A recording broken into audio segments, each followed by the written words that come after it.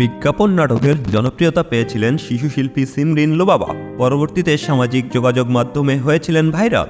ইচ্ছা ছিল অভিনয়ের মাধ্যমে নিজেকে আরও অনেক দূরে এগিয়ে নিয়ে যাবেন, থাকবেন দর্শক হৃদয়ে।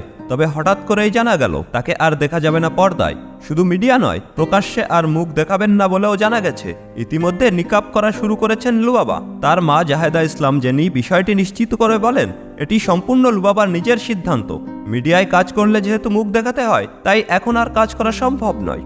সংস্কৃতিমনা পরিবারে বেড়ে ওঠা লুবাবার অভিনয়ের শুরুটা ছিল বেশ ছোট বয়সেই। তার দাদা ছিলেন প্রখ্যাত মঞ্চ ও টেলিভিশন অভিনেতা প্রয়াত আব্দুল কাদের। দাদার অনুপ্রেরণাতেই ক্যামেরার সামনে দাঁড়ান লুবাবা। শিশু শিল্পী হিসেবে নাটক, বিজ্ঞাপন ও মডেলিংয়ে নিয়মিত কাজ করে খুব অল্প সময়ে দর্শকের পরিচিত মুখ হয়ে ওঠেন তিনি। তবে সময়ের সঙ্গে বদলেছে ভাবনা।